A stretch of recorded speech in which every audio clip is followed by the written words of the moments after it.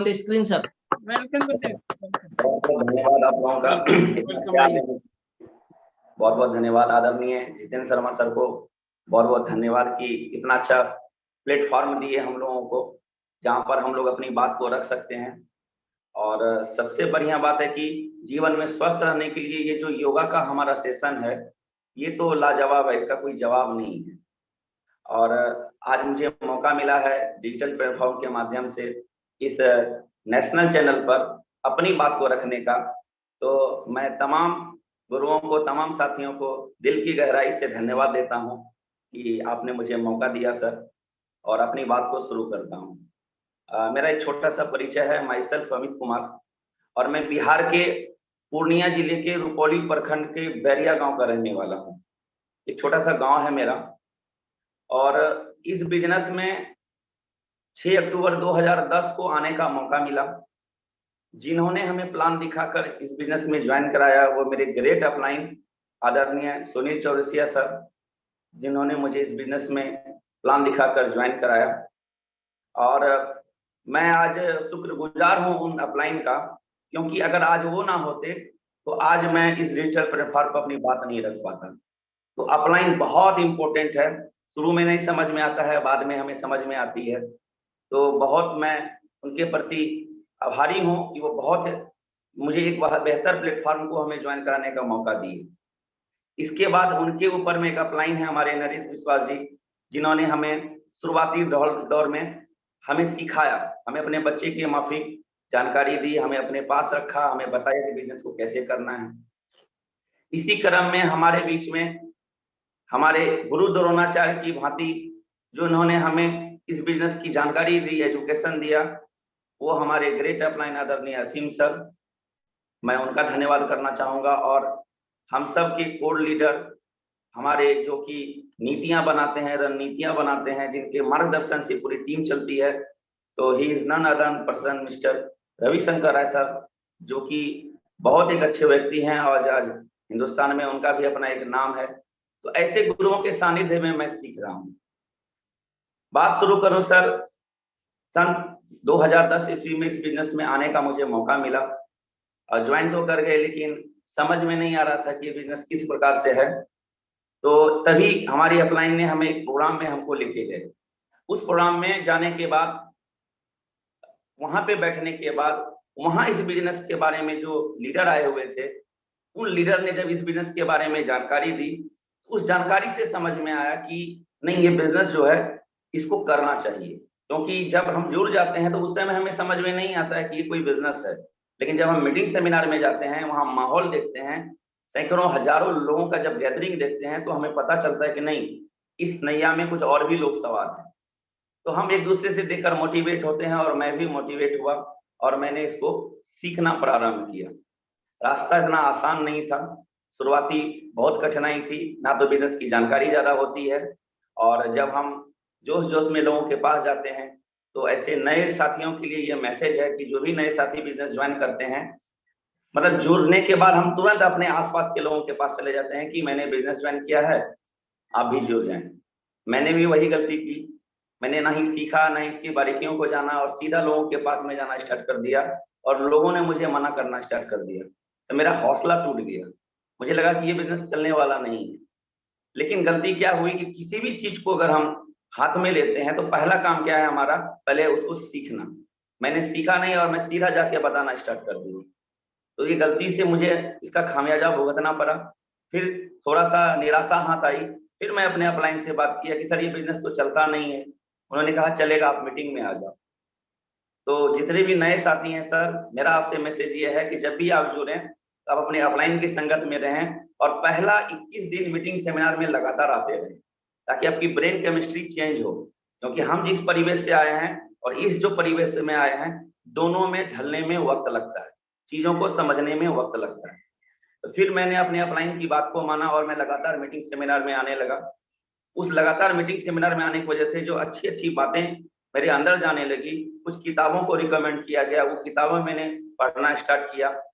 तो धीरे धीरे धीरे मुझे इस बिजनेस में अच्छा लगने लगा, समझ में आने लगा, और लोगों को हैंडल करना मैंने सीखना स्टार्ट कर दिया। क्योंकि ये लॉ ऑफ एवरेज का बिजनेस है, हम अगर 10 व्यक्ति के पास जाते हैं, ये जरूरी नहीं है कि 10 व्यक्ति हमारे बिजनेस में आ ही जाए, लेकिन अगर हम 10 व्यक्ति को बताते हैं तो जरूर है कि 3 से 4 व्यक्ति, 5 व्यक्ति हमारे बिजनेस में जरूर ज्वाइन करेंगे। तो मैंने इन चीजों को, सामंजस्य को समझा और धीरे धीरे काम करना स्टार्ट किया, और करते करते करते करते उतार चढ़ाव लगा रहा सर, कभी अचीवमेंट, कभी नीचे, कभी ऊपर, कभी नीचे, इस तरह का लगा रहा। और बात करें तो सन 2011 में अपने सिस्टम के साथ एक दुर्घटना हुई, और वापस हम लोग जयपुर आंदोलन में 9 फरवरी 2012 को जयपुर आंदोलन में धरना में शामिल हुए। फिर 16 मार्च से हम लोग 16 मार्च 2012 को दिल्ली में धरना में शामिल हुए, और अंततोगत्वा सत्य की जीत हुई और अपना बिजनेस फिर से स्टार्ट हो गया। अपना सिस्टम सन 2012 के दिसंबर में वापस एक नई यात्रा स्टार्ट किए। 2013 से सभी साथियों का फिर से केवाईसी करवाना स्टार्ट किए, और 2014 आते आते ये बिजनेस में फिर से वो काम करने का एक सही रिदम आ गया। फिर वहां से कभी जीवन में पीछे मुड़कर नहीं देखे और लगातार काम करना स्टार्ट किए, कंटिन्यू काम करना स्टार्ट किए। फिर काम करने में फिर वही चैलेंज आ रहा था, लोगों को समझाना मुश्किल था, लेकिन कहते हैं ना कि जब आप समझ जाते हैं तो किसी को भी समझाना आसान हो जाता है। तो पहले खुद को समझाना है इस बिजनेस में। आप समझ गए तो आप दुनिया में किसी को भी समझा सकते हैं, आप नहीं समझे तो आप एक सिंगल व्यक्ति को नहीं समझा सकते हैं। तो मैंने खुद को पहले समझाना स्टार्ट किया और काम करना स्टार्ट किया, अपने परिवार के लोगों को जुड़ा के फिर आसपास में जाना स्टार्ट किया, और धीरे धीरे अपलाइन की संगत में काम करना मैंने स्टार्ट किया। करते करते करते करते समय बीता गया, धीरे धीरे पीने आनी स्टार्ट हो गई, धीरे धीरे कुछ इनकम आनी स्टार्ट हो गई, तो थोड़ा उत्साह बढ़ता। हालांकि शुरुआत में इनकम कम आती, खर्चे ज्यादा हो जाते, क्योंकि शुरुआत में बिजनेस को आपको स्टेबल करना पड़ता है, तो आपको बहुत दूर दूर तक जाना पड़ता है, उसमें आपका रनिंग एक्सपेंस होता है। तो हम लोग सोचते हैं कि इनकम कम है और खर्चा ज्यादा है, तो दुनिया का कोई भी बिजनेस कर लिए सर, पहले इन्वेस्टमेंट है, उसके मुकाबले ये बिजनेस में इन्वेस्टमेंट बहुत कम है। दुनिया के दूसरे क्षेत्रों के मुकाबले अगर आप इसको देखेंगे तो इसमें बिजनेस बहुत कम है, इन्वेस्टमेंट बहुत कम है। तो वो अच्छी किताबें पढ़ने का, यानी कि अच्छी किताबें पढ़ने से आपका जो मेंटल केमिस्ट्री है वो चेंज होता है। तो जब हम अच्छी किताबें पढ़ने लगे, जो अपलाइन ने गाइड किया, उससे समझ में आने लगा कि ये बिजनेस आज का नहीं है, ये बिजनेस आने वाले समय का है। फिर धीरे धीरे मैंने इसमें काम करना स्टार्ट किया, परेशानी आती गई, काम करते गए, परेशानी आती गई, काम करते गए, कैसेट को सुनता रहा। यहाँ मेरा एक मैसेज और है सर, अपने सिस्टम में सकारात्मक सोच की बहुत सारी ऑडियो और वीडियो कैसेट उपलब्ध हैं। मैं चाहूंगा आप अगर इस बिजनेस में आगे बढ़ना चाहते हैं, उस कैसेट का सेवन करें। दिलेर मेहंदी को सुनने से आप कभी दिलेर मेहंदी नहीं बन पाएंगे, और किशोर कुमार को सुनने से आप केवल मनोरंजन कर पाएंगे। लेकिन हमारे सिस्टम में जो कैसेट है, जैसे आदरणीय मुकेश कोठारी सर, आदरणीय सुरेंद्र भट्ट साहब, स्वर्गीय सतीश पंडित सर, ऐसे साथियों का जब आप कैसेट सुनेंगे तो आपको पता चलेगा कि उन लोगों ने विपरीत परिस्थिति में कैसे अपने आप को टिका के रखा, कैसे ज्ञान को अर्जित किया, क्या उन्होंने गलतियां की। अगर हम उनकी गलतियों से सीख लें तो हम वो गलती करने से बच जाएंगे। तो मैंने कैसेट के महत्व को समझा और मैं लगातार कैसेट को सुनना स्टार्ट किया। इससे क्या हुआ कि धीरे धीरे मेरे अंदर एक बदलाव हो गया, और सबसे महत्वपूर्ण है बदलाव, अपने अंदर का बदलाव। जब आप बदल जाते हैं तो आपको दुनिया बहुत अच्छी लगने लगती है। ये ठीक उसी प्रकार से है कि जैसे अगर आपको हरा हरा देखना है तो आप पूरी दुनिया को हरा हरा नहीं कर सकते हैं, लेकिन अगर आपने हरी चश्मा लगा लिया तो आपको पूरी दुनिया हरा हरा नजर आ जाएगी। मतलब आपका नजरिया अगर बदल गया तो फिर ये दुनिया आपके लिए एकदम हरी भरी हो जाएगी। तो वही है नॉलेज। जब आप ऑडियो और वीडियो कैसेट सुनेंगे, तो जब ये नॉलेज मैंने लेना स्टार्ट किया, मुझे समझ में आ गया कि बहुत बड़ा ऑर्गेनाइजेशन है, कोई छोटा मोटा चीज नहीं है। फिर भिलवाड़ा जाना स्टार्ट किए। पहली बार 2014 में जब भिलवाड़ा गए, तो भिलवाड़ा को देखने के बाद, वहां टीसी सर से मिलने के बाद, उस पूरा इन्वेस्टमेंट को देखने के बाद समझ में आ गया कि अपना तो कुछ भी लगा नहीं है, कंपनी ने तो हजारों करोड़ लगा के रखा है। फिर वहां से तन मन धन समर्पित होकर इस बिजनेस को करना स्टार्ट किए। खेती बाड़ी के साथ अपने इस बिजनेस को मैंने बैलेंस किया, और धीरे धीरे धीरे धीरे समय बीतता गया, समय बीतता गया सर। घटल का पिन हुआ, फिर धीरे धीरे रॉयल्टी का पिन हुआ, फिर टेक्निकल का भी पिन हुआ। यहाँ पर मैं एक चीज को कहना चाहूंगा सर, कोई भी साथी इस बिजनेस में सफल अगर होना चाहते हैं तो पहला जो काम है वो है कि शुरुआती दौर में आप सीखने के ऊपर फोकस करिए। आप ये जानिए कि नाउ योर बिजनेस, ये बिजनेस है क्या। और मैक्सिमम साथी गलती क्या करते हैं, जोश जोश में काम करते हैं, 2 4 6 महीने रहते हैं, फिर उनको लगता है कि पैसा तो आ नहीं रहा है, वो आउट हो जाते हैं। लेकिन अगर शुरुआती दौर में अगर आप सीखने के ऊपर पूरा कॉन्शियस हो जाएंगे तो क्या होगा, बिजनेस आपको समझ में आ जाएगा, और बिजनेस जब समझ में आ जाएगा तो करना आसान हो जाएगा।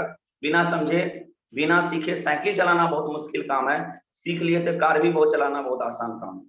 तो सीखना बहुत इंपॉर्टेंट है। तो बस उसी शिक्षा को हम लिए, फिर हमने इसको सिखाना स्टार्ट किया अपने टीम को, जो मैंने टीम बनाई थी।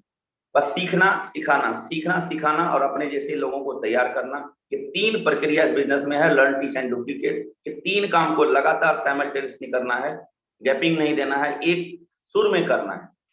लगातार उसको किए और लगातार करते करते करते करते समय बीतता चला गया और धीरे धीरे धीरे धीरे इस बिजनेस में थोड़ी थोड़ी कामयाबी आनी स्टार्ट हो गई। कहते हैं कि जब शुरू में आपको पैसे कम आते हैं तो आपको लगता है कि बस इतना ही, लेकिन सर आप धैर्य के साथ, पैसेंस के साथ अगर आप बने रहेंगे, एक समय आएगा जब इसमें आपको बहुत बड़ी इनकम भी आएगी, जो आश्चर्यजनक होगी। आपको विश्वास नहीं होगा कि ये मेरी इनकम है, मैं इस इनकम को ले सकता हूँ, लेकिन उसके लिए अपनी पात्रता को बनाना पड़ेगा।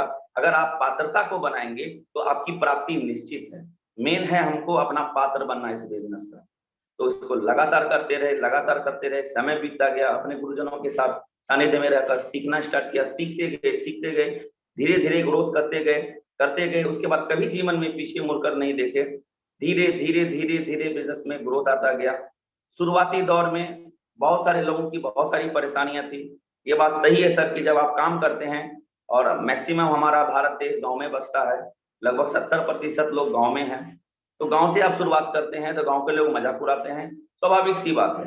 क्यों मजाक उड़ाते हैं? क्योंकि ये बिजनेस नया बिजनेस है। अभी तक लोगों में क्या है कि नौकरी कर लीजिए, लोग कुछ नहीं बोलेंगे, दुकान कर लिए कुछ नहीं बोलेंगे, होलसेल की दुकान खोल लीजिए कुछ नहीं बोलेंगे। लेकिन जैसे ही आप नेटवर्क इंडस्ट्री में आते हैं और लोगों को पेन पेपर पे समझाते हैं, तो लोग सोचते हैं कि वो आप उनको फंसाने के लिए आ गए हैं। ये एक मानसिकता है लोगों में, क्योंकि अभी तक इसको लोग इंडस्ट्री नहीं समझ रहे हैं। थोड़ा वक्त लगेगा जब लोग इसको इंडस्ट्री समझने लगेंगे। तो इस तरह से काम करने में क्या होता है कि आपको थोड़ा सा निराशा मिलती है। दूसरा क्या कारण है, आज हम जो सफल नहीं हो पा रहे, उसका रीजन क्या है? हम एक आम व्यक्ति हैं, हम एक साधारण व्यक्ति हैं, और हमने इस बिजनेस को हाथ में लिया है। हम कोई प्रोफेशनल है नहीं, हम किसी बिजनेस घराने से बिलोंग करते नहीं है जो बिजनेस का नॉलेज हमारे अंदर पहले से होगा। तो हम जब प्लान दिखाने के लिए जाते हैं तो अपने उसी प्रीवियस जानकारी के दौरान प्लान दिखाते हैं, तो वो लोग हमें मना कर देते हैं तो हम दुखी हो जाते हैं। लेकिन जब आप वो बार बार सुनते हैं ना हाँ ना हाँ, और उससे सीखते हैं, किताबें पढ़ते हैं, कैसे सुनते हैं, तो आपके अंदर एक नए इंसान का जन्म होता है। कहते हैं सर, फिजिक्स का एक नियम है कि किसी डिवाइस को हजारों बार अगर चार्ज और डिस्चार्ज के प्रोसेस से गुजार दिया जाए तो उस डिवाइस को दुनिया ट्रांसफॉर्म के नाम से जानती है। तो आप ट्रांसफॉर्म हो रहे हैं, चार्ज हो रहे हैं, डिस्चार्ज हो रहे हैं, चार्ज हो रहे हैं, डिस्चार्ज हो रहे हैं, बार बार जब काम कर रहे हैं तो अंदर एक कंट्रोवर्सी चल रही है, आपके अंदर द्वंद्व युद्ध चल रहा है, और धीरे धीरे वो आपको एक महामानव की तरफ लेके जा रहा है, आपको अंदर से स्ट्रॉन्ग कर रहा है, आपकी लीडरशिप को निखार रहा है। क्योंकि हर इंसान के अंदर में एक महामानव बैठा हुआ है, बस उसको जगाने की जरूरत है, और वो जगाने का जगह है ये आरसीएम प्लेटफॉर्म। अगर आप इसमें लगातार अच्छे से वो सब किए जो करना चाहिए तो आपकी जिंदगी बदल सकती है। आरसीएम बिजनेस पैसा ही नहीं देता है सर। मुझे भी लगा था कि शायद 5,000 रुपए आ जाए तो मैं बहुत खुश हो जाऊंगा, लेकिन ये 5,000, 10,000, 50,000 या लाख रुपए कमाने का बिजनेस नहीं है। मैं अगर अपनी नजर से बोलूं, आरसीएम में आपको अगर आपने 5 से 10 साल बिता दिया तो आपके जिंदगी में 1,000 फायदे होने वाले हैं, और पैसा उसमें सबसे लास्ट है। यानी पैसे से भी ज्यादा मूल्यवान कुछ चीज है तो क्या है ना, 999, वो क्या है? वो 999 है आपका, जिससे आपका स्वभाव बेहतर हो जाएगा, आपका बॉडी लैंग्वेज अच्छा हो में जिंदगी जीने का जो आपको आनंद आएगा ना, आपका जो व्यवहार होगा वो अच्छा हो जाएगा, आपके बच्चों में अच्छे संस्कार चले जाएंगे। क्यों? क्योंकि अगर आप कभी जीवन में हल्के शब्द का इस्तेमाल करते हैं, ये बिजनेस सहन शक्ति का है। सहन शक्ति मीन्स क्या है? आप किसी को प्लान दिखाने गए, 1 घंटा प्लान दिखाए, खूब अच्छे से बताया, अपने तरफ से आपने सब कुछ किया, लेकिन वो आदमी बोला ना ना मुझे कुछ समझ में नहीं आया। आपको क्या होगा? अंदर से गुस्सा आएगा, आपको लगेगा अच्छा समझ में नहीं आया, कोने में चल समझाता हूँ, क्या समझ में नहीं है। ऐसा आप मन में सोचेंगे, लेकिन ऐसा मुंह से बोलेंगे नहीं। आप फिर भी जबरदस्ती मुस्कुराएंगे, हंसेंगे, अच्छा कोई बात नहीं सर, कोई बात नहीं है, कुछ भी समझ में नहीं आया, मैं नेक्स्ट टाइम अपने अपलाइन को लेकर आऊंगा और आपको फिर अच्छे से समझाऊंगा। लेकिन अंदर क्या चल रहा है? क्रोध। ऊपर से आप क्या बोल रहे हैं? मीठी मीठी बातें। तो ये धीरे धीरे धीरे धीरे आपको अंदर से बेहतर बना देगा, एक अच्छा इंसान बना देगा। और जब आप एक बार बन जाएंगे, कहते हैं पाना ऑब्जेक्टिव नहीं है, बनना ऑब्जेक्टिव है। बाकी आदमी खो जाता है, लेकिन अगर एक बार आप बन गए, आदतों में ढल गए, तो आपके एवर लास्टिंग रहेगा, लाइफ टाइम रहेगा। और जब आप जैसा बन जाएंगे, वही चीजें आप अपने परिवार को भी देंगे। इससे आपके बच्चों में अच्छे संस्कार आएंगे, आपके परिवार में आपका एक अच्छा माहौल बना रहेगा, और इसका एक जबरदस्त लाभ आपको मिलेगा जीवन में। इसीलिए बिजनेस में कहा जाता है, इस बिजनेस में पैसा सबसे लास्ट में है, वह सबसे आखिरी प्रोडक्ट है। उससे ज्यादा आपको जो बेनिफिट होने वाला है, वो आप जब इस बिजनेस के साथ कुछ साल बिता देंगे, तब आपको समझ में आएगा। तो ये फायदा मुझे मिला, मुझे समझ में आ गया कि बिजनेस क्या दे सकता है। फिर मैंने धीरे धीरे अपने परिवार के सभी लोगों को शामिल किया। यहाँ मैं एक चीज मेंशन करना चाहूंगा सर, हो सकता है आपके परिवार के लोग शुरुआती दौर में ना माने, जैसे भी हो, हाथ पैर जोड़कर भी हो, उनको आप इस बिजनेस में ज्वाइन करा के रखिए। आज नहीं समझ में आएगा उनको, कुछ सालों के बाद उनको समझ में आएगा, और आप उनके लिए एक महान व्यक्ति बन जाएंगे।